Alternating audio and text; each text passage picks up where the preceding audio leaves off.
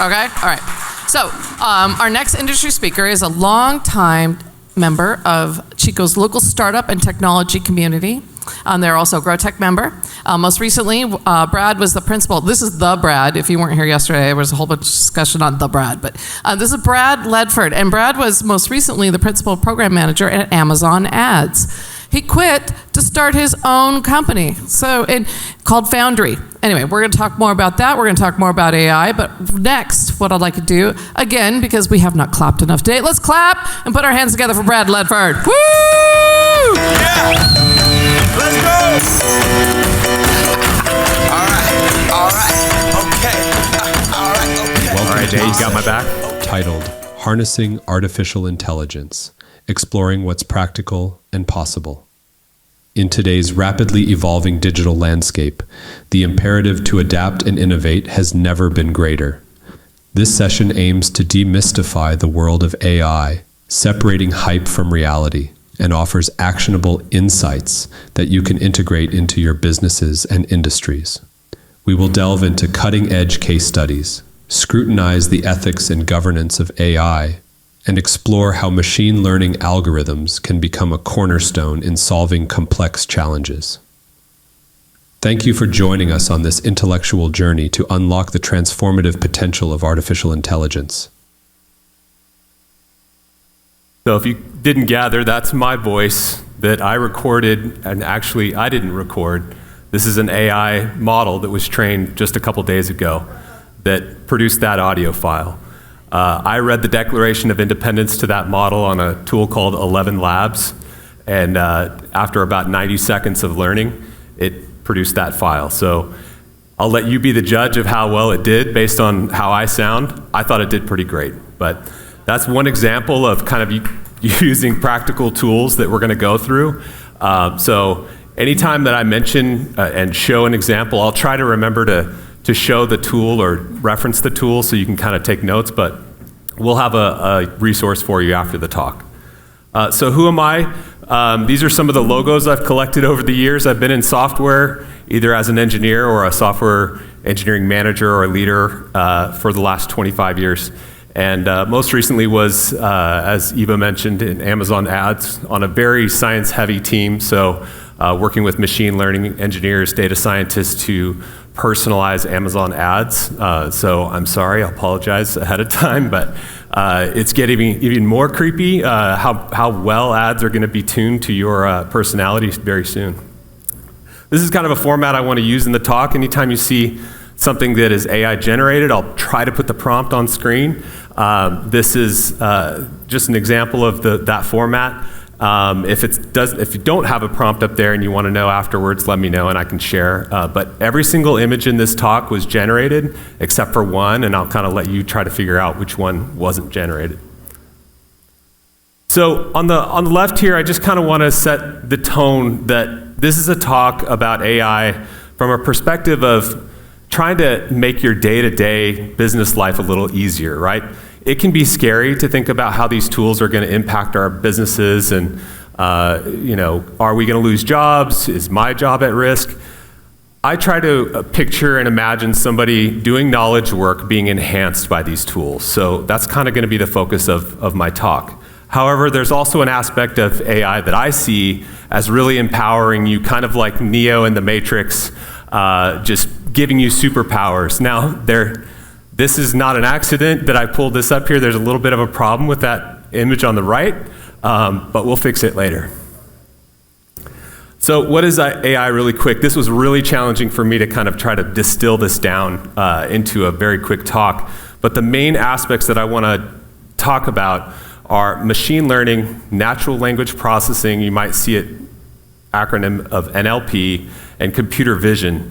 In the last couple of years, these have really come together to, be the toolkit that is really empowering these latest services like ChatGPT. My team at Amazon was working predominantly in machine learning and NLP for language processing and trying to understand shopper intent. So this is just a brief kind of summary of machine learning, natural language processing, and computer vision as it relates to AI. This was an answer that ChatGPT summarized based on me sending it a bunch of information. I kept telling it to just summarize down, get it shorter, shorter, shorter. And ChatGPT is a great tool for that. If you haven't used it, if you're not using it every day, my suggestion would be to challenge yourself to find reasons to use it, even if it's just for summarization of complicated topics. I took the entire keynote from Andrew Gazdecki earlier today, and I fed it into an AI, and I already have a summary for a LinkedIn post for later on this evening. If you're technical and you want to get into sort of how this all kind of manifested into what we're dealing with and using in the last few months, there's a paper called Attention is All You Need. It's very technical, but it's sort of the genesis of a lot of the advancements that have been made in the last few months. So I won't try to explain any of it other than to say that transformer models is the big innovation that came out of this paper. So that's a place for you to go deep dive. So let's get into some of the practical uses of AI. So chatbots is a big one. Obviously, we're all seeing this. If you are interacting with a customer success tool online, it's increasingly not going to be a human behind that bot, behind the little chat bubble. There's going to be a trained AI driving the answers to those interactions on the chat. This is just a screenshot I took of a tool called Intercom. If you haven't seen it, it's a great example of how AI is kind of being pulled into existing product suites like Intercom. Graphic and logo design, this should be pretty obvious to you by now, but if it's not, let me just show you. This is a tool called Midjourney it's actually quite annoying in terms of how to use it. It uses a tool called Discord to interact with, but back in May 2023, I just prompted it, give me a mascot logo of a robot, simplistic vector, white background, no shading, with a couple of numeric prompts. It's a good example of how AI is not fixed in time. None of these tools are a singular thing. They evolve over time. And some of the tools will actually throw versions on their services, ChatGPT version 3, version 4, Midjourney's doing the same thing. And they get better and better, and they just continue to get better. It's pretty amazing. And the differences between the two may seem subtle, but in my opinion, when I've tested old versions of generations to new, they often are quite good. This is a tool called Adobe Firefly. So this is an example of an existing very, very large company that is also coming out with AI services. So I just asked it to generate an image of GrowTECH, the words GrowTECH, using a text effect called Leafy Pothos, whatever that is. And you can just cycle through options that you don't like until you find one that you do. This is an example where you might have a practical use of something that I would have seen in the past be quite expensive to find stock photography, for instance, for if you have maybe a vitamin company or something that you want to put your label on a stock photo. You might have to actually go do a product shoot with your product, but what if your product isn't developed yet? What if you're still building your brand, but you want to put your site together? You can actually just prompt Midjourney, in this case, what did I call it? 3D supplement pill bottle. Label white background, photorealistic white bottle. The more descriptive you get in terms of, if you think about what these models have been trained on, they're trained on things that have words associated with them. So if you can try to think about the data that you would like to get out and how you might describe that data. So if you want something that's a photo and you're getting results that are not quite as photorealistic, just tell it, I want photorealism.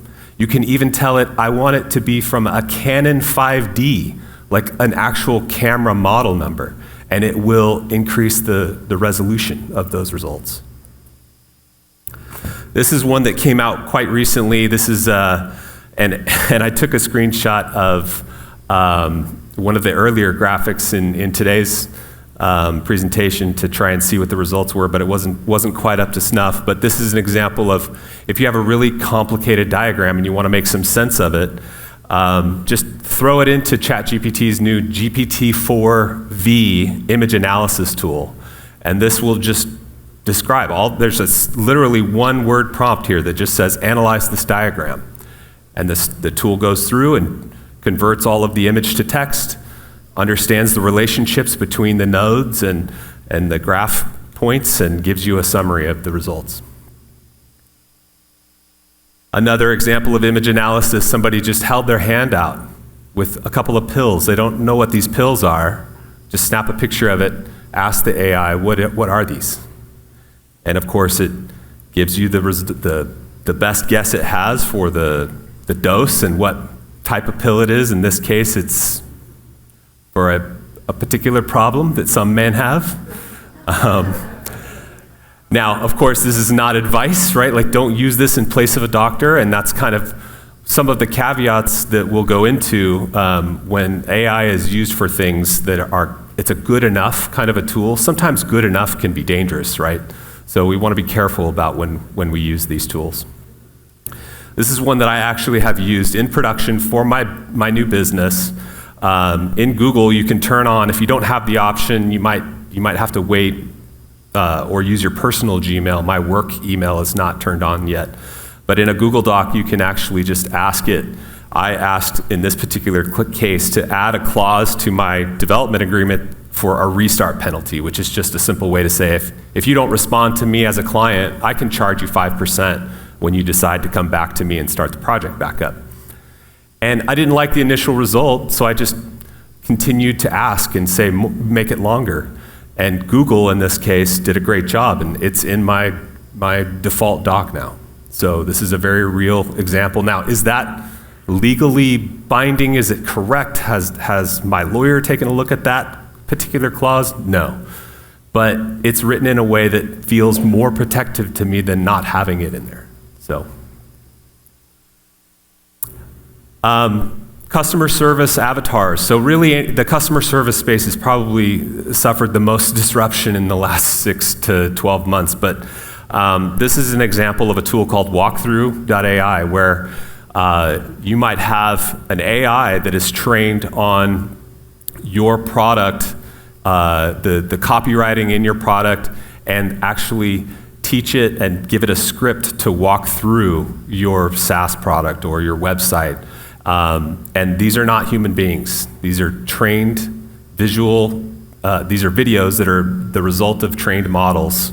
And you can tell it, what nationality do you want to have? What language do you want the model to speak? There are many tools coming out. There's another one called HeyGen, Heygen, that is kind of a competitor to this tool.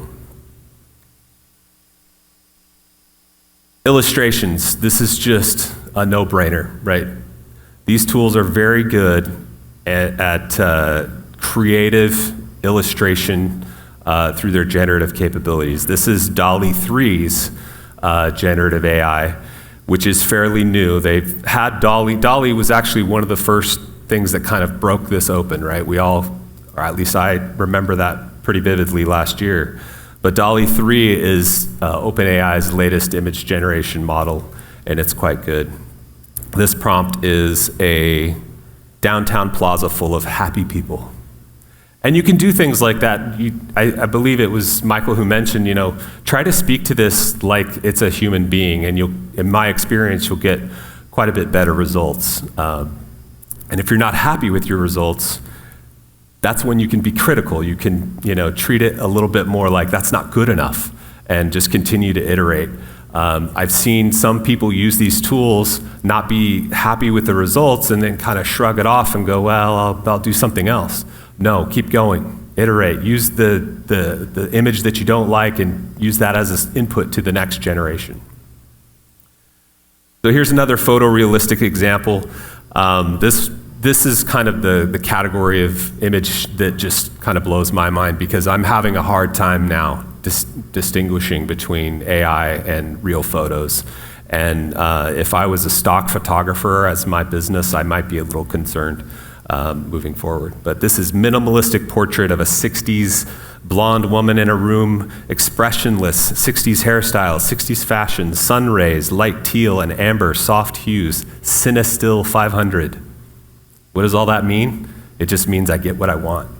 I just keep telling it, I want it to look like this, more like that. This is a tool called Webflow. If you're familiar with Webflow, it's a no-code website building tool. This is a good example of one of many tools that are going to evolve over the next months and years to take even more away from what you have to do to get things done, whether it's clicking and dragging and typing and scrolling. In this case, just say, hey, put your cursor in a particular area on the page and just say, insert a pricing card for a $10 per month plan with these 10 features. And it just does it.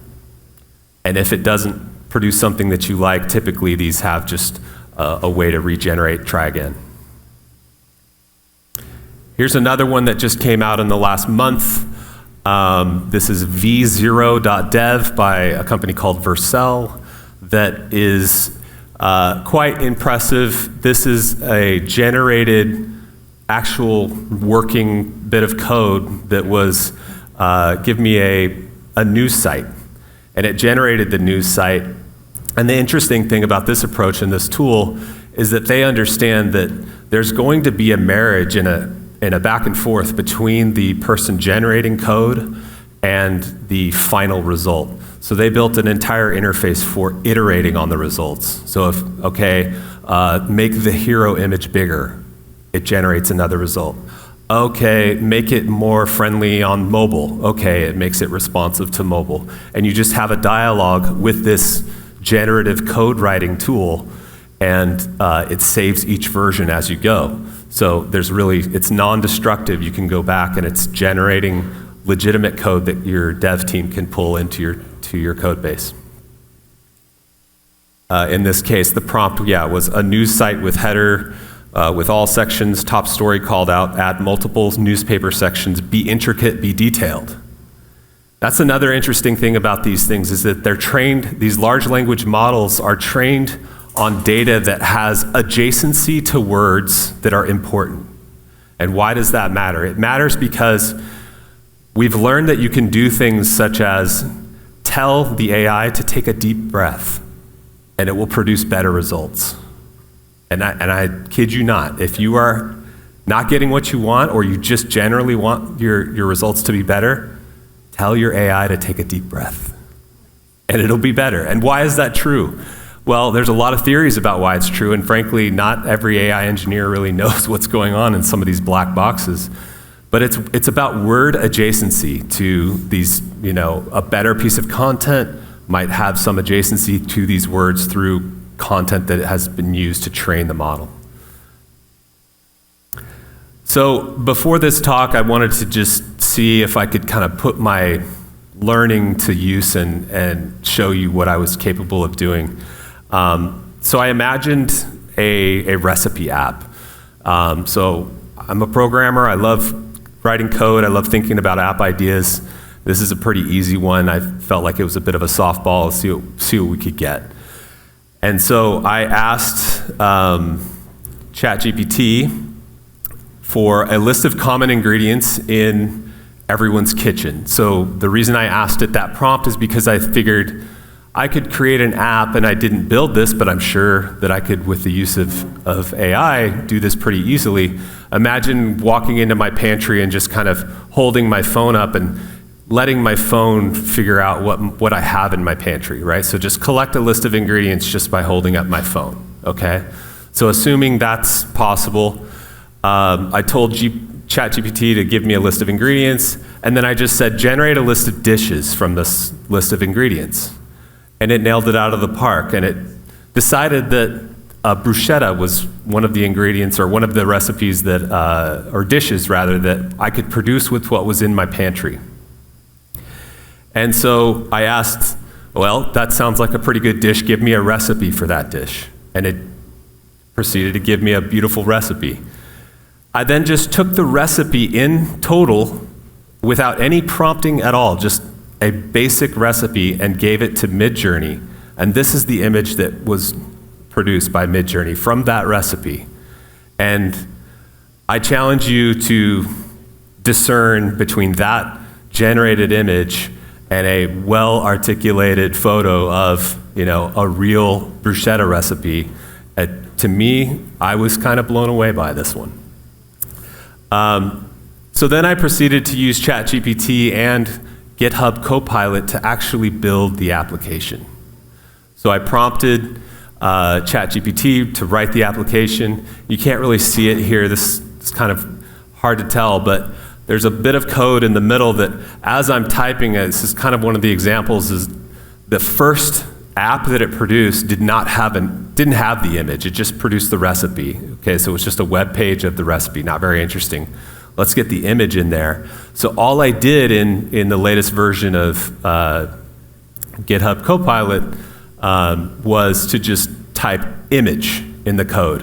And it just gave me 5 lines of code that it knew, like, this is where the bruschetta image goes, right? And I just hit tab, and that code is written.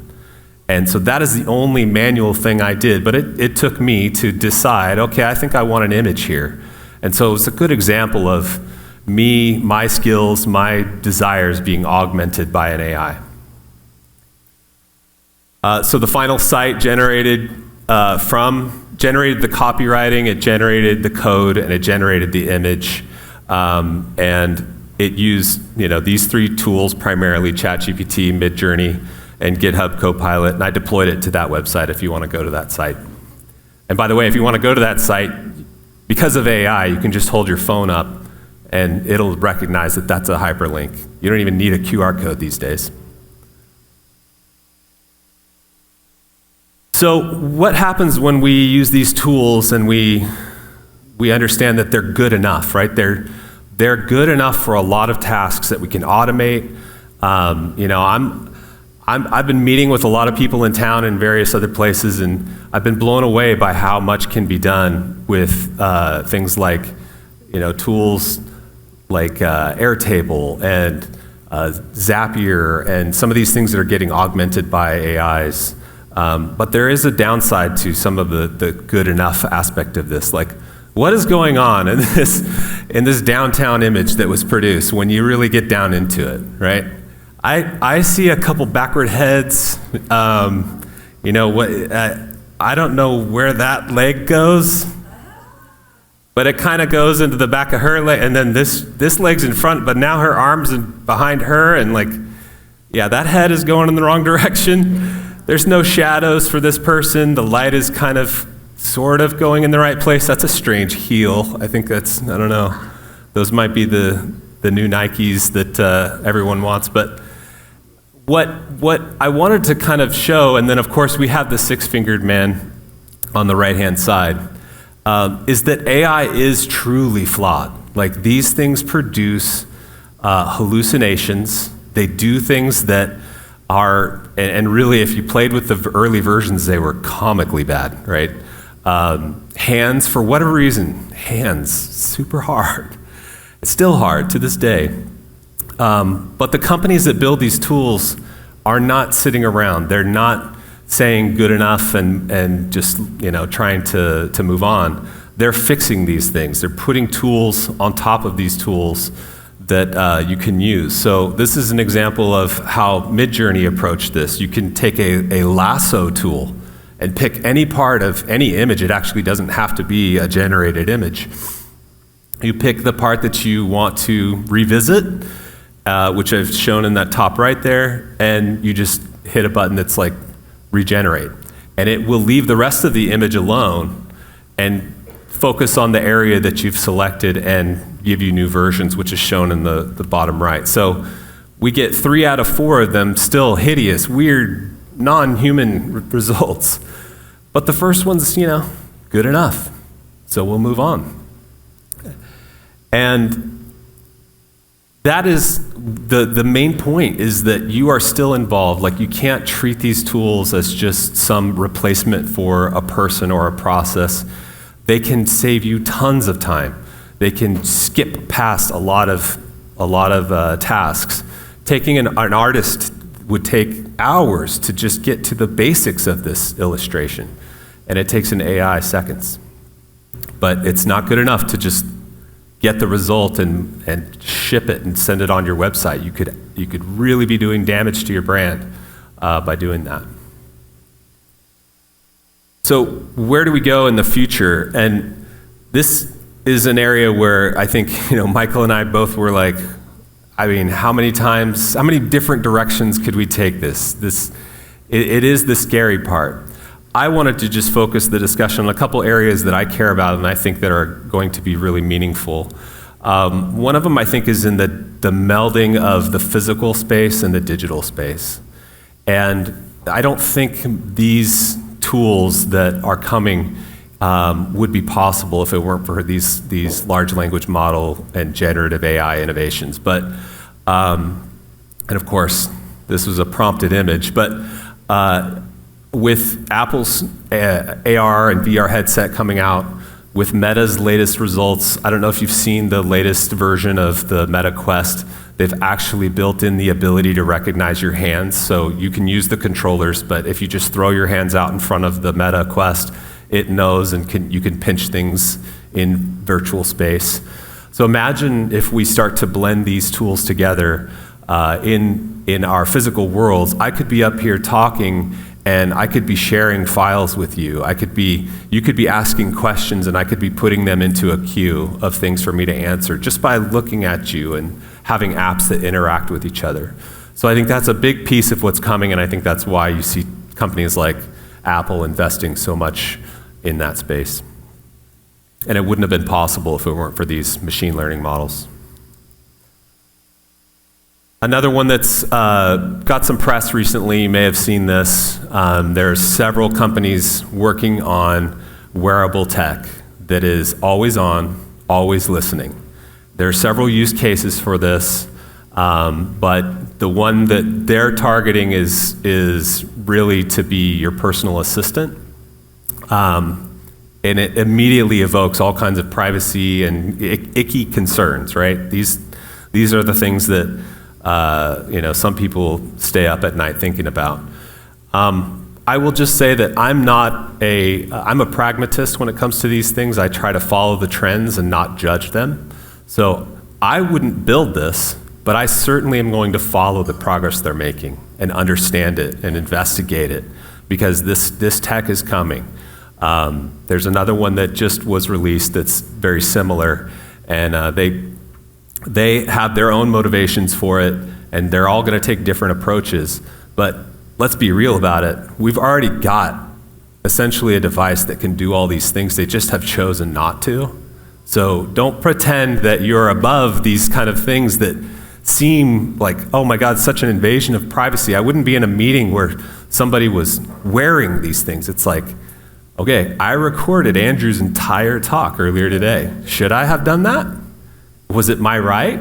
Does Andrew own that text? Does GrowTECH? Does Chico Start? Who owns that? I had the text translated from his talk into my phone, and that translation is imperfect. I was watching it go, and it missed several things that he said. It misquoted him very significantly in some places. I then summarized that text into ChatGPT, and it did what it'll do in terms of saying what was said during that talk. All of these things are questionable in terms of the ethics, the efficacy of it, but it's coming, and these things are real. And so, it's very easy to go back to the Google Glass example, and where people got laughed out of the room for, you can't tell whether I'm recording you or not, or taking pictures of you or not. I just think they were early to the party, and this stuff is coming. There's a lot of new skills that are required to deal with these things, to leverage them, to make better use of them in your business.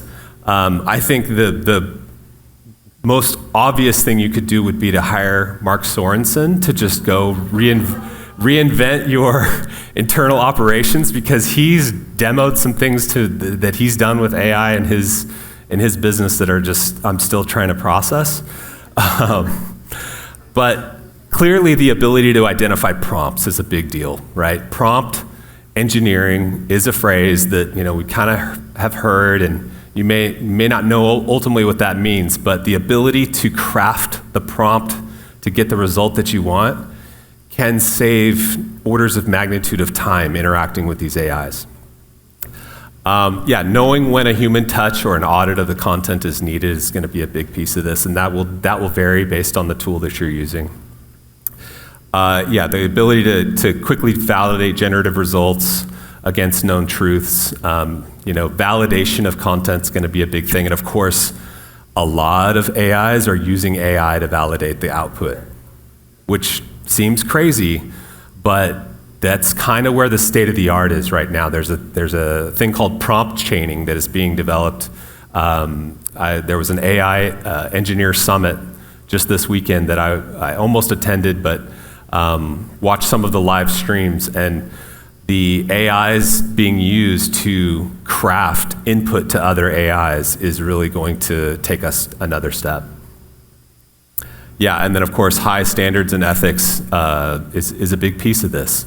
You still need to have a good culture in your business. You still need to have high trust with your employees. And I think that it's a very easy thing to do to make a mistake with an AI that's doing something creative that sort of either usurps work that you have people on your team doing or could do without getting them involved. You need to take the high road.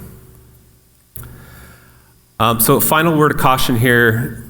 This is one man's opinion. I could be totally wrong. Take it for what it is, but I do see the things happening in AI as very similar to.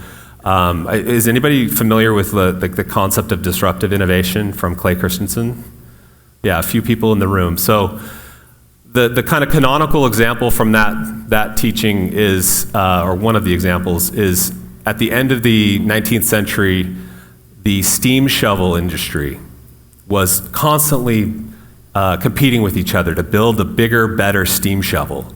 And the way they did that was through something like incremental innovations, right? Sustaining innovations. My steam shovel can take more dirt out of the ground than yours, right? Okay, I win 10% more market share. Oh, my steam shovel can move from point A to point B faster than yours. Okay, more market share. What happened was the hydraulic tractor came along in the early 1900s, and it was seen as a toy. It was really just a throwaway innovation respective to these huge steam shovels. But what was not really well understood and accounted for by most of these companies was that they broke down way less. They were cheaper to operate. You could replace them. The parts were easy to come by and easy to build. Hydraulics was just more effective in certain small, close quarters. And so these companies that were battling in their markets with these big, expensive, incremental and sustaining approaches were gone within 10 years from the hydraulic tractor industry. How does that apply to what we're talking about here with AI? I don't think it applies broadly. I think that in individual industries and in your individual companies and businesses, there may just be incremental benefits from using and incorporating AI into your business. In some industries, I believe there will be entire replacements of services and products with AI facilitated or complete AI command line things that just cause entire products to go away. So be aware, don't be one of the steam shovel makers out there that are just incrementally improving your business.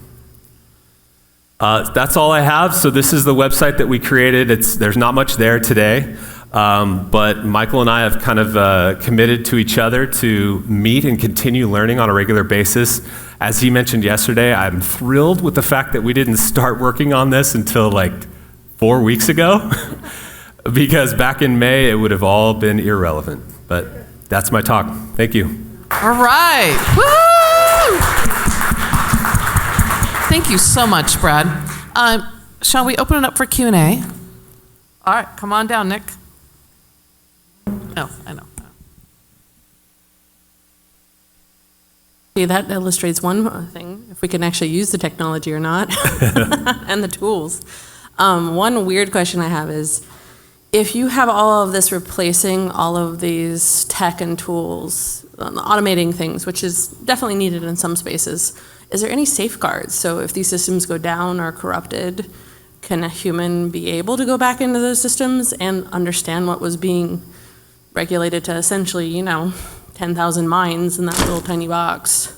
So that's the only thing I see, is that we're going too fast into the space without having any fail-safes for when the things fail.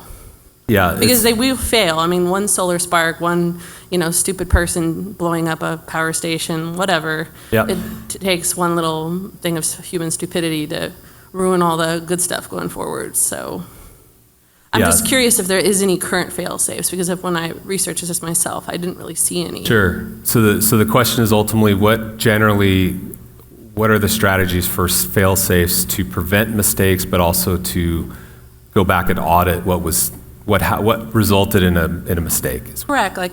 Can a human actually, because I see that now with the newer generation, they actually don't understand all the background code or how things work. I mean, who here can actually explain what WW means and that kind of thing? So, I mean, there are some, but I mean, it gets to a point where you have so much specialty. So my answer from my experience, and I don't claim to be an expert, kind of just sharing what I've learned, but in my time at Amazon in particular, I observed that there are not always a capability to go back and understand what the black box did and why. And that is, I will say, a little bit of a scary aspect of this, is that the model is trained on the data that it was given, right? And so when you get a result that is unexpected or is out of bounds from what you wanted it to do, you can really only look at the data that it was trained on. Now, it's just software. At the end of the day, we manage software as an industry through versions and releases of code, right? Controlled releases into production from a non-production environment. AI models are just packaged releases of code. If a packaged model does something that we don't like, generally speaking, if in my opinion the team is doing their job well, they can roll back to the previous model. That's not to say that previous model wouldn't have done the same thing, though. Oh, and then I guess what I'm hearing too is that it's not necessarily easy to go backwards, but maybe having some plan going forwards to plan for those things. And that's generally the approach that was taken at Amazon, is if there was a mistake, if there was something that was unexpected, the approach was to retrain and release forward, not usually to go backward. But more broadly, I think the concerns are very, very valid about safeguards and checks and balances in the process. It's kind of why a lot of leaders have called for the whole thing to slow down. Again, I don't tend to be on the side of a judgment in any of this. I am more an observer and a kind of a researcher, and trying to figure out how I can extract value from what's happening. Not to dominate the question, one last one. As an artist myself, and I'm mostly in the artist space, I see a lot of these AI systems pulling from art that has taken people hours and hours to do, and solely from that artist, and then producing work. Have you seen any forward space? I mean, you see the Writers Guild and the Actors Guild. They're like, wait, you're using my face, or you're using my artwork or my style, and that's my identity, So is that even being discussed, or is that something that's just going to be lost to the wild, wild west of it? It's been discussed. I've seen a lot of these discussions, and the sort of free market side of me says that it's up to the consumer to decide how far is too far on some of this.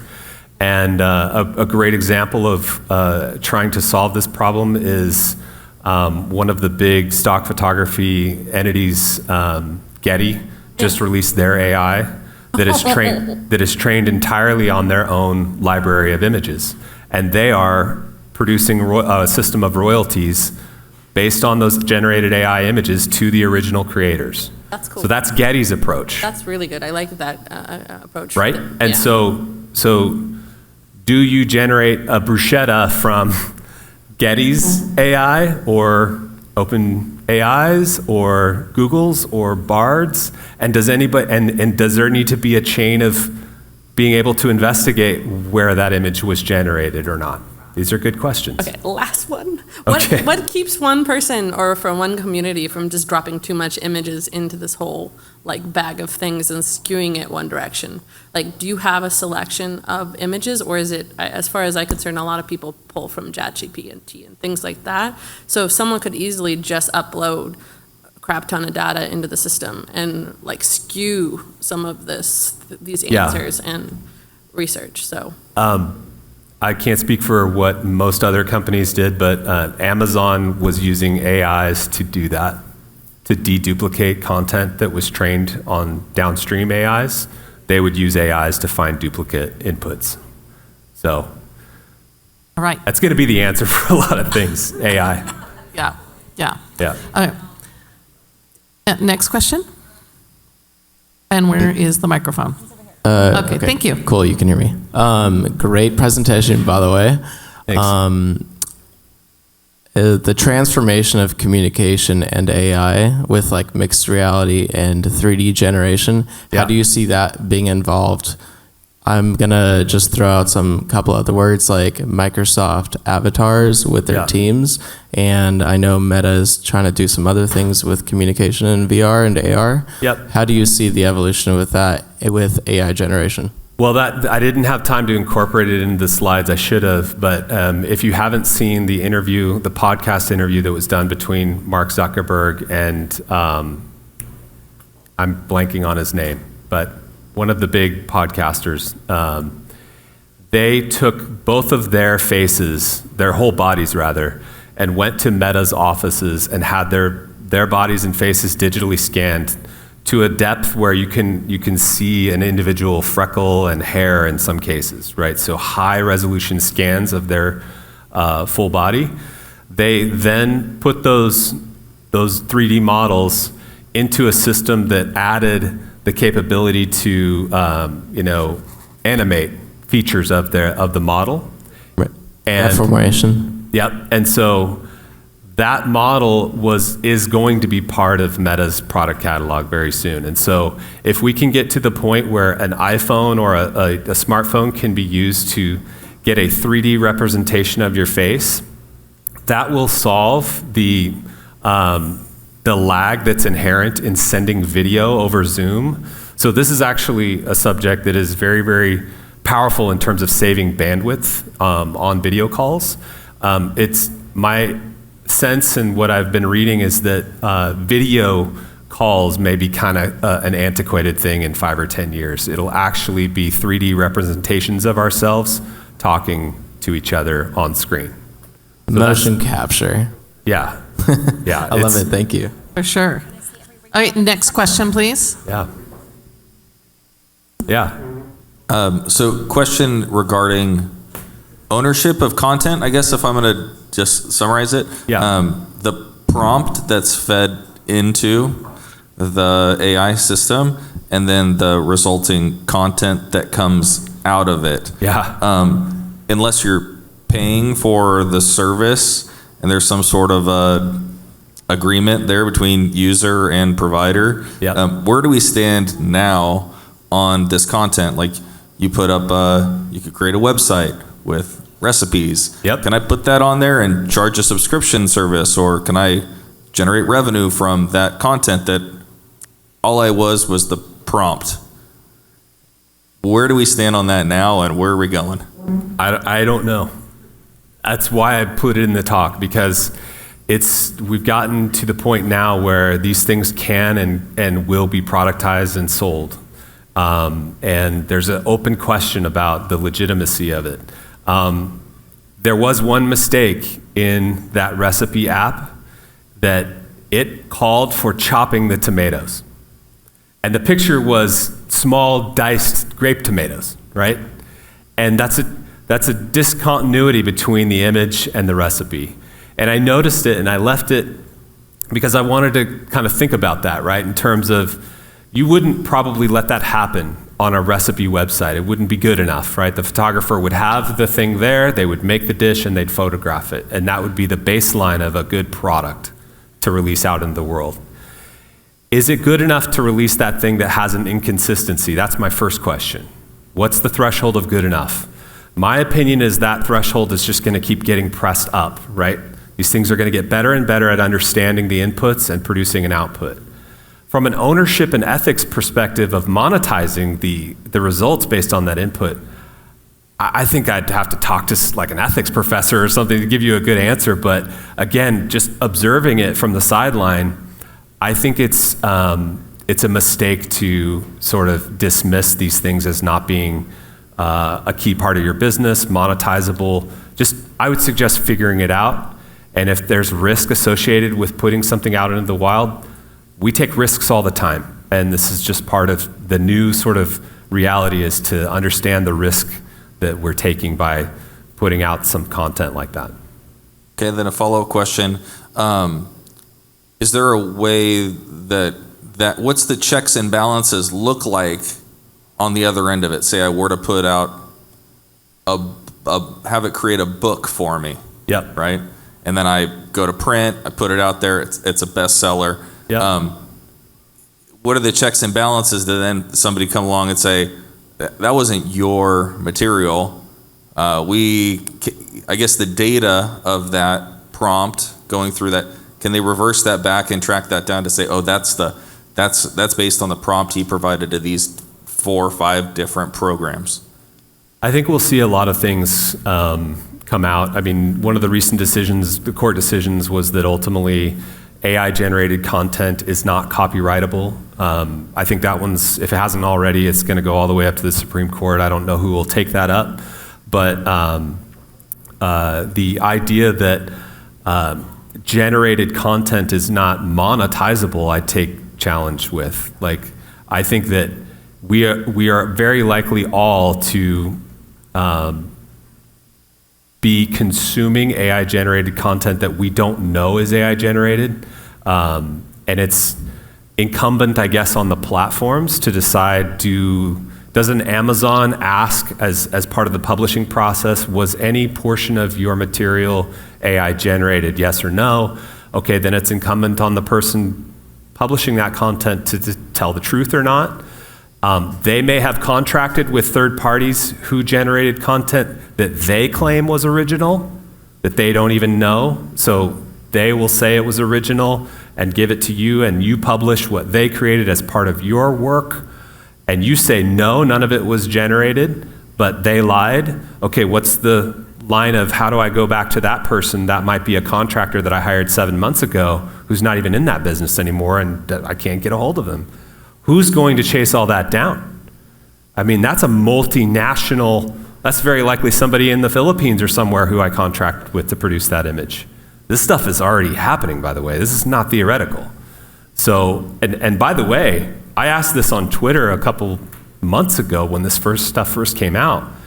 Nobody's crediting anybody for anything anymore. I don't know if you've noticed that, but email newsletters, you see images that I produce art as well, and it takes me months to produce things. There's no way somebody produced an image that, if it wasn't given credit to the person they bought it from, it was very likely AI generated. Should they be crediting those tools in their newsletters? I don't know. Maybe the AI tools will require that credit eventually. I think Getty will, because Getty has a whole system of royalty fees. So I think the answer is kind of really hard to give right now. But the best summary is there's risk associated with all of this. From a business perspective, you are taking a risk, but if you don't use the tools, I also think you're putting yourself at a disadvantage. Wild, Wild West. Yeah. Yeah. Next question. Which one of your images was not AI generated? It was the fob. That was a stock image of the company that had the fob on the lapel. Everything else, the entire deck, all of the images generated. So you didn't make the bruschetta? That wasn't you? I did not make the bruschetta. I probably will. The recipe's live online if you want to go look at it. I'll it try could be good. We'll find out. Yeah. Thank you. We have another question in the back.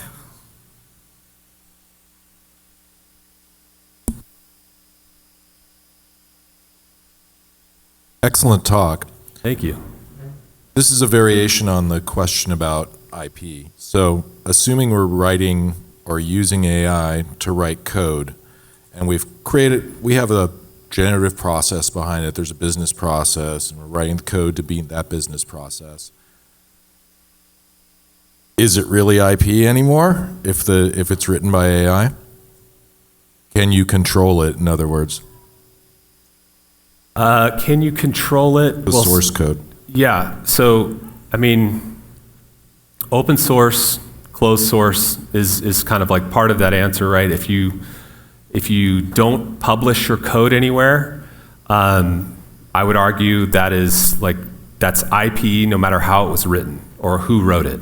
That's my IP. The ability for somebody to clone your product, your service, is, in my opinion, algorithmically increasing, right? Like, if I can create a recipe app in an hour with real code and publish it, imagine what I can do in 100 hours, in 100 days. It's very likely that if I can understand your business by using your product, I can train an AI on your product to generate that code. And that's happening. There are now companies that are using just mock-ups of products. So if you Google Figma AI code, you'll find a couple of companies that are using a design tool called Figma to mock up websites, just drag and drop Photoshop style, and just point an AI at that mock-up, and the AI just generates the app that's implied in that mock-up. And it's a toy, it's silly, until it isn't. And they're getting better, and every time I look at them, they're better and better. So what is IP is kind of the question, right? If you're exposing your product to the user population, it may not be clear how that product works behind the scenes. I just think AIs are going to get better and better at discerning how it works behind the scenes. So you're just going to have to work harder to figure out what true IP is. Are you saying write really obscure user interfaces? That's right, yeah. I like that approach. All right. Hey, guess what? We could talk about this all day. Am I right? We could talk about this all day. But let's give Brad another hand. Thank you. Woo! As you.